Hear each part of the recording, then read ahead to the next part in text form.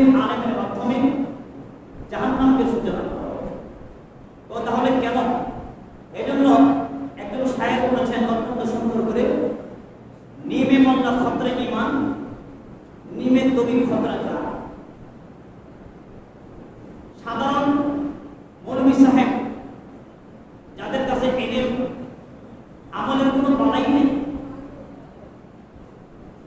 এ ধরনের ব্যক্তিদের কাছে যদি আপনি যান, আপনার সমস্যার সমাধান তো দূরের কথা, আপনি যে সমস্যায় ছিলেন আগে 1 গুণ, সেই সমস্যা হয়ে যাবে কয় গুণ? বলুন না, কয় গুণ? 2 গুণ। কারণ যেহেতু he has no voice, কারণ তার কাছে তো এলেম নাই, তার কাছে কোনো জ্ঞান নাই। সেই জন্য আমি আপনাদেরকে বারবার রিপিট করেছি, বলেছি, শুধু পাঞ্জাবি দেখলেই, টুপি দেখলেই, জুব্বা দেখলেই, পাগড়ি দেখলেই, দাড়ি অত্যন্ত সুন্দর দেখলেই তার কাছে শরীয়তের সিদ্ধান্ত নেওয়া যাবে না, শরীয়তের কোনো ফায়সালার কোনো জিজ্ঞাসা করা যাবে না। কারণ এগুলো কোনো আলেমের সুরত হতে পারে না। কারণ কুরআন ও হাদিসের প্রমাণ হচ্ছে আল ইলমু সাইনুল আহলিহি, জ্ঞানী ব্যক্তির অলংকার হচ্ছে তাকে আল্লাহ যে জ্ঞানটা দিয়েছেন সেটাই হচ্ছে ওনার অলংকার। জোরে বলুন না সুবহানাল্লাহ। পোশাকে আপনি আইডেন্টিফাই করতে পারবেন না, চিনতে পারবেন না। সেজন্য শত শত বছর আগে বলা হয়েছে নিমে মোল্লা খতরা জান, নিমে তবি খতরা ইমান, খতরা জান, নিমে মোল্লা খতরা ইমান। ডাক্তার সে আপনার টাই পড়েছে, ডাক্তারি প্রেসক্রিপশন আছে, তার কাছে ভিজিটিং কার্ড আছে, কিন্তু সে আসলে কি নয়? ডাক্তার। বলুন না, ডাক্তার। এজন্য মাঝে মাঝে মিডিয়াতে আসে যে অমুক জায়গায় ভুয়া ডাক্তার ধরা পড়েছে। আচ্ছা, ওই ডাক্তারের কাছে যদি রোগী যা, রোগী কি বাঁচবে নাকি মারা যাবে? উচ্চারণ না, বাঁচবে না মারা যাবে? এই জন্য মাঝে মাঝে আপনার সরকারি গোয়েন্দা সংস্থা ওনারা এই ধরনের 2 নম্বর ডাক্তারকে আইডেন্টিফাই করেন, চিহ্নিত করেন, ওনাদের লাইসেন্সকে বাতিল করে দেওয়া হয়। ঠিক তদ্রুপ বলা হচ্ছে নিমে তবি খতরা জান। সাধারণ ডাক্তারের কাছে, 2 নম্বর ডাক্তারের কাছে গেলে আপনার যেভাবে জানের খতরা আছে, আপনি মারা যেতে পারেন। ওই নিমে মোল্লা খতরা ইমান, ডাক্তারের কাছে গেলে তো আপনার জানটা চলে যাবে। আর সাধারণ আলেমের কাছে যদি সিদ্ধান্তের জন্য যান, আপনার দুনিয়াও শেষ, আখিরাতও শেষ। ব্যক্তি মারা গেলে সমস্যা নাই, কারণ আজ টুমরো টুডে, আজ কাল আমাকে আপনাকে বিদায় নিতে হবে। আর যদি ঈমান চলে যায় তাহলে দুনিয়াও শেষ, আখিরাতও শেষ। এই জন্য কোরআনে কারীমের মধ্যে আল্লাহ বলেন ফাসআলু আহলা যিকর। আমি গতবার বলেছিলাম, আমার আল্লাহ বলেন, ওরে আমার বান্দা, তুমি ওই ব্যক্তির কাছে যাও যে ব্যক্তি জ্ঞান সাধনায় পাড়ি দিয়েছেন, দিন নাই, রাত নাই, দুপুর নাই, সদা সর্বদা। ইমাম বুখারী রাহমাতুল্লাহ আলাইহি যেভাবে জ্ঞানকে অর্জন করতে গিয়ে 16 বছর সাধনা করে বুখারী শরীফ রচনা করেছেন, উনি জ্ঞান সাগরে পাড়ি দিতে গিয়ে জীবনে লাইফে কোনো বিবাহ করে নাই, শুধুমাত্র আল্লাহকে রাজি করার জন্য, নবীকে রাজি করার জন্য। এগুলো যারা হক্কানি আলেম আছে, আল্লাহকে রাজি করার জন্য, দুনিয়াকে রাজি করার জন্য নয়, নবীকে রাজি করার জন্য, নবীর কুরআন ও হাদিস পৃথিবীর জমিনে বাস্তবায়ন করার জন্য যারা সদা সর্বদা কুরবানি দিচ্ছেন, আমার আল্লাহ বলেন তুমি তাদের কাছে যাও, তোমার সমস্যার সমাধান হয়ে যাবে। জোরে বলুন সুবহানাল্লাহ। ঘোষণা দিয়েছেন কে? আল্লাহ।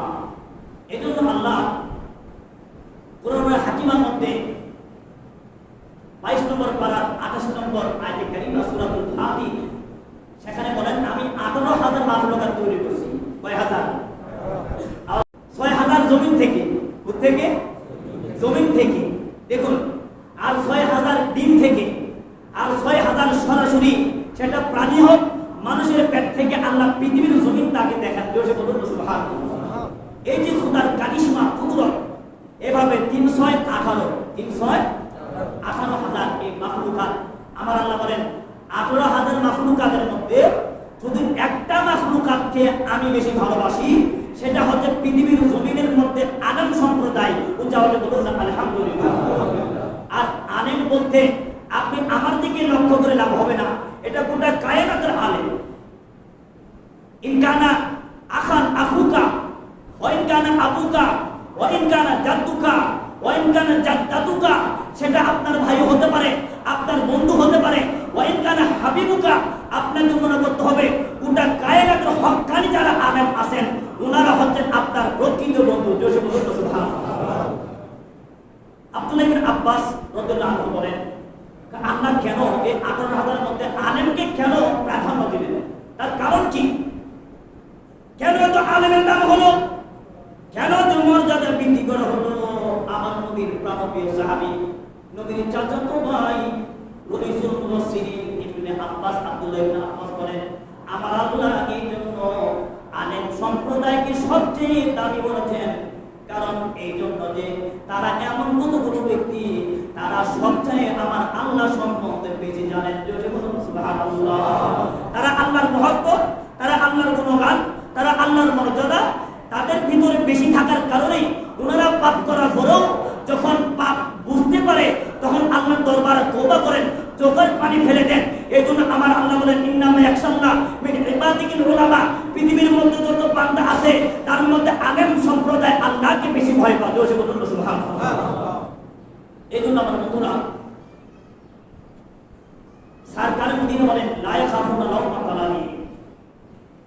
আর পৃথিবীর জমিনে যারা হক্কানি আলেম ওনারা দুনিয়াকে ভয় পায় না, কোন সমালোচনাকারীকে ভয় পায় না। ওনারা ভয় পায় কাকে? আওয়াজ না কাকে? আল্লাহ রাসূল, আল্লাহ রাসূলকে ভয় পায়। এই ঘোষণা আমার নবী বলেন, লা ইয়াখাফুনা লাওমাতা লাইম। ওনারা কোনো সমালোচনাকারী সমালোচনাকে ভয় পায় না, কোনো গীবতকারী গীবতকে ভয় পায় না, কোনো নিন্দাকারী নিন্দাকে ভয় পায় না, কোনো ঈর্ষাকারী ঈর্ষাকে ভয় পায় না, কোনো চুগলখুরি চুগলিকে ভয় পায় না। ওনারা পৃথিবীর জমিনে কাউকে ভয় পায় না। আল হাক্কু মুরুন, হক কথা যদিও চিন্তা হয়ে থাকে, যদিও সেটা অনেকের কাছে পছন্দ নয়, এরপর আল্লাহকে রাজি করার জন্য, নবীকে রাজি করার জন্য, পৃথিবীর জমিনে আমার নবীর হককে বাস্তবায়ন করার জন্য সদা সর্বদা ওনারা হক কথাই বলে থাকে। আর এটাই হচ্ছে আমার নবীর শিক্ষা। বলুন সুবহানাল্লাহ। এটা নবী তো আজ থেকে 1400 বছর আগে বলে গিয়েছে, কিন্তু আমার বন্ধুরা তার প্রমাণ দেখুন। বিশ্বের সকল যোগ্য আলেমেরা, বুজুর্গানে দিনেরা ওনারা বলে থাকেন, পৃথিবীর মধ্যে অধিকাংশ লোকেরা সমালোচনা করে থাকে ওই সমস্ত ব্যক্তির যাদের উপর অন্যের উপকার রয়েছে। অধিকাংশ ব্যক্তি অন্যের শুধু উপকারের, যে ব্যক্তি উপকার করেছে ওই ব্যক্তির সমালোচনা করে থাকে, সদা সর্বদা উপকারকারীর সমালোচনা করে থাকে। এই জন্য একজন বুজুর্গের কাছে এক ব্যক্তি গিয়ে বললেন, হুজুর, অমুক এলাকার অমুক লোক আপনার সমালোচনা করতেছে। বুজুর্গ কিছুক্ষণ নীরবে চুপ থাকলেন, নীরব থাকলেন, কোনো আওয়াজ করলেন না। বুজুর্গকে বলা হলো, হুজুর অমুক ব্যক্তি আপনার সমালোচনা করতেছেন। উনি কিছুক্ষণ নীরব থাকার পরে বললেন, আমার ওই ব্যক্তি আমার সমালোচনা করার তো কোনো কারণ নাই, আমার মনে হয় সে আমার সমালোচনা করতেছে না। কিছুক্ষণ পর আরেকজন ব্যক্তি আসলেন, হুজুর অমুক ব্যক্তি আপনার সমালোচনা করতেছে। উনি আবারও নীরব থাকলেন, নীরব থাকার পর বললেন, হ্যাঁ ঠিক আছে, অমুক ব্যক্তি আমার সমালোচনা করতেছে, তার পক্ষে আমার সমালোচনা করাটাই অসম্ভব কিছু নয়, সম্ভব। ওনাকে প্রশ্ন করলেন, হুজুর প্রথম ব্যক্তির ব্যাপারে বললেন সমালোচনা করে না, আর দ্বিতীয় ব্যক্তির ব্যাপারে বললেন সমালোচনা করে, তার কারণ কি? আর ওই বুজুর্গ তার জবানে বললেন, প্রথম ব্যক্তি আমার সমালোচনা করার কারণ নাই, তো এই জন্য যে আমি তার কোনো উপকার করি নাই। এটা শিক্ষা জন্য খেয়াল করি, আমি তার কোনো উপকার করি নাই। আর দ্বিতীয় ব্যক্তি আমার সমালোচনার কারণ এই জন্য যে আমি ওনার অনেক উপকার করেছি, যে উপকারের শুকরিয়া সে আদায় করে শেষ করতে পারবে। তো এই জন্যই ও আমার কি করতেছে, উপকারের শুকরিয়া আদায় না করে, শুকরিয়ার স্থানে সে কৃতজ্ঞতা প্রকাশ না করে সে আমার সমালোচনায় লিপ্ত হয়েছে। বলুন না, এটা প্রমাণ। আপনি দেখবেন, আপনি সমাজের মধ্যে যদি ভালো কাজ করে থাকেন, পরিবারের মধ্যে যদি সবচেয়ে বেশি কাজ করেন, একটা পর্যায়ে দেখবেন পরিবারের লোকেরা আপনাকে দেখতে পারে না। ঠিক কিনা বলুন? এটা অনেকেই আছে, অনেক অনেক ব্যক্তি বলেন, হুজুর আমি পরিবার জন্য এ করলাম সে করলাম, পরিশেষে আমি লাঞ্ছিত হচ্ছি। ওই যে বুজুর্গেরা দিনের ব্যাখ্য, কিন্তু আমার নবী তো বলেন না একা আপনার লম্বা রাখি। আর যারা সৎ কাজ করবে হুকুল্লিল্লাহ মুকুল্লিল্লাহ আল্লাহকে রাজি করার জন্য, নবীকে রাজি করার জন্য, ওনারা কোন সমালোচনাকারীর সমালোচনাকে ভয় করে না। সুবহানাল্লাহ, ওনারা ভয় করে না। ভয় কাকে? আল্লাহকে। তাই আমার বন্ধুরা, আমি গতবারও আপনাদের সম্মুখে আলেম এবং জানালের একটা তফাৎ কোরআনে হাকিমের মাধ্যমে বলেছিলাম। আর আজ হাদিস শরীফের আলোকে আমার বন্ধুরা দেখুন, হাদিস শরীফের সরকারে মদিনা স্পষ্ট ভাবে বলেন, ওয়ালাকিন্নী আখাফু আলাইকুম আন তানাফাসু ফিহা, ওয়ালাকিন্নী আখাফু আলাইকুম আন তানাফাসু ফিহা। আমার উম্মতরা, একটা জামানা আসবে তোমাদের কাছে যে আমি তোমাদেরকে দেখতে পাচ্ছি তোমরা দুনিয়ার ফিতনার মধ্যে লিপ্ত হয়ে গেছো। তোমরা ফিতনা আন তানাফাসু ফিহা, আমার ভয় হচ্ছে আমি দেখতে পাচ্ছি তোমরা ফিতনায় লিপ্ত হয়ে যাবে। এই ফিতনা শুরু, ফিতনা শুরু। আপনার মিডিয়াতে দেখলে দেখবেন, যেমন আহলে হাদিসের ব্যাপারে, লামাযহাবির ব্যাপারে আলা হযরতকে প্রশ্ন করা হলো। ইমাম ইসলাম মুহাম্মদ 1400 শতাব্দীর, যিনি 4th শতাব্দীর মুজাদ্দিদ ছিলেন, ওনাকে আহলে হাদিসের ব্যাপারে প্রশ্ন করা হলো, হুজুর আহলে হাদিসের ব্যাপারে আপনি কি বলেন? উনি একটা উত্তর দিয়েছিলেন, আহলে হাদিসের ব্যাপারে কথা একটাই, এরা পৃথিবীর মধ্যে একটা বড় সম্প্রদায় আছে, একটা বড় গোষ্ঠী আছে, ওই গোষ্ঠীকে ভেঙে ওরা নিজের একটা গোষ্ঠী তৈরি করতে চায়। বলুন না, একটু দিন লাগাই মন লাগে বুঝে আসবে। একটা বড় সম্প্রদায় আছে পৃথিবীর মধ্যে, এই সম্প্রদায়কে ভেঙে তারা একটা নিজেরা সম্প্রদায় করতে চায়, নিজের মন করা একটা সম্প্রদায় করতে চায়, যেখানে কোরআন হাদিসের কোনো পালাই নেই। যেমন ইমাম আবু হানিফা পৃথিবীর মধ্যে মাযহাব কয়টা বলেছিলাম? 4টি বলেছিলাম। সবচেয়ে যে মাযহাবটা পপুলার, যেটা বেশি গ্রহণযোগ্য, সেটা হচ্ছে মাযহাবে হানাফি। মাযহাবে আমাদের না, মাযহাবে হানাফি। সেটা যে কোনো সম্প্রদায় হোক, যত ফেরকা হোক, সকল ফেরকা কিন্তু মাযহাবের পক্ষে। বলাতে এই মাযহাব যেহেতু বড়, এই মাযহাবের লোকেরা বেশি। পৃথিবীর মধ্যে 3 ভাগের আপনার 2 ভাগ, 1/3 আপনার পৃথিবীর মধ্যে বড় অংশটা মাযহাবে হানাফি। এই হানাফি মাযহাবটাকে কিভাবে ভেঙে চুরমার করা যায়, নষ্ট করা যায়, আলা হযরত বলেন এটা টার্গেট হচ্ছে আহলে হাদিসের, আহলে লা মাযহাবি। ওরা এটা চায় না মানুষ এক থাক, কিন্তু আল্লাহ কোরআনে কারিমের মধ্যে বলেন, ওয়াতাসিমু বিহাবিলিল্লাহি জামিআন ওয়া লা তাফাররাকু। আল্লাহ কোরআনে কারিমের মধ্যে বলেন, বান্দারা তোমরা বিচ্ছিন্ন হয় না। কি হয় না? আমাদের না কি হয় না? বিচ্ছিন্ন হয় না। তাহলে আজকে যারা বিচ্ছিন্ন করে, এরা কি কোরআনের পক্ষে না বিপক্ষে? আমাদের না পক্ষে না বিপক্ষে?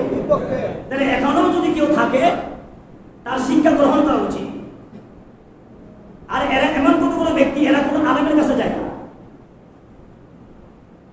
এরা আলেমের কাছে যায় না, এরা সাধারণ মানুষের কাছে যাবে, গিয়ে গিয়ে গিয়ে গিয়ে কোরআন হাদিসের অপব্যাখ্যা করবে, কোরআন হাদিসের বিপক্ষে বলবে। আর ওরা তাফাররাকু, ওরা বিচ্ছিন্নকারী। আর আমার আল্লাহ বলেন, ওয়ালা তাফাররাকু, তোমরা বিচ্ছিন্ন হয়ো না। অতএব যারা বিচ্ছিন্নকারী, ওরা দলিলে কতি মানে না, কোরআনকে মানে না। অতএব এই জন্য বারবার বলেছিলাম, ওই ব্যক্তিদের নামাজ কবুল হবে না, যেহেতু এরা কোরআনের বিপক্ষে। মাঝে মাঝে লেখা নাই, পড়া নাই, কিছু নাই, এই ধরনের অনেক ফেরকা আরো নতুন নতুন আবিষ্কার হচ্ছে।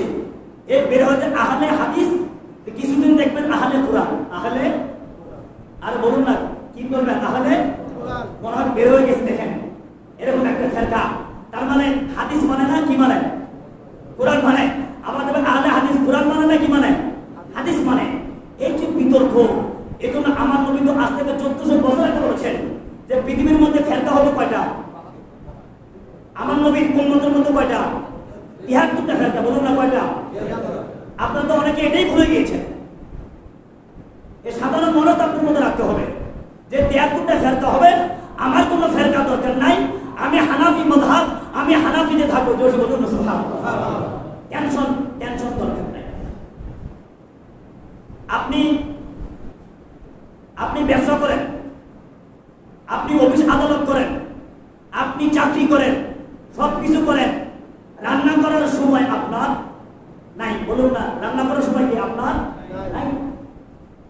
সারাদিন পরিশ্রম করে রাত্রে যদি রান্না করতে বসেন, আপনার রান্না গরম হয়ে যাবে। এগুলো কি? এ কোরআন হাদিস, এটা হচ্ছে বিশাল সাগর।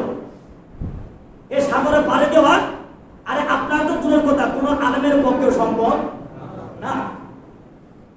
আলেমও দূরের কথা, আলেমদের পক্ষে সম্ভব না। এজন্য পৃথিবীর মধ্যে বিজ্ঞ আলেম, বিজ্ঞ এই 4 জন আলেম, হানাফি, মাযহাবী, শাফিঈ, মালিকি, যারা মসজিদে নববীতে গিয়েছেন, তারা মসজিদে নববীর উপরে সেখানে লেখা আছে ইমাম হানাফি, শাফিঈ, মালিকি। আওয়াজ দেন না। আপনারা কি যারা মদিনা শরীফ গিয়েছেন, আমি গুনাহগার তো নসিব হয়নি, আমি মিডিয়াতে দেখলাম একবার হুবহু লেখা ইমাম হানাফি, শাফিঈ, মালিকি, হাম্বলি। কয়টা? এরা যে মাযহাব মানে না, এরা কি হকের পক্ষে নাকি না হকের পক্ষে? আওয়াজ না, হক নাকি না হক? এরা বলে যে মাযহাব দরকার নাই।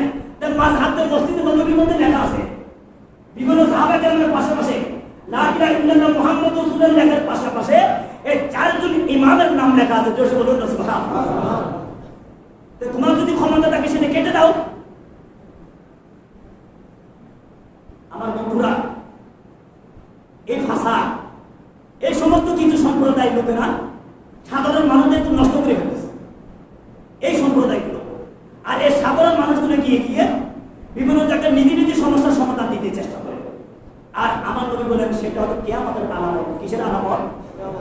মুসলমানেরা মার খাবে, মুসলমানেরা লাঞ্ছিত হবে, মুসলমানেরা বেইজ্জত হবে নিজের কারণে। কিসের কারণে?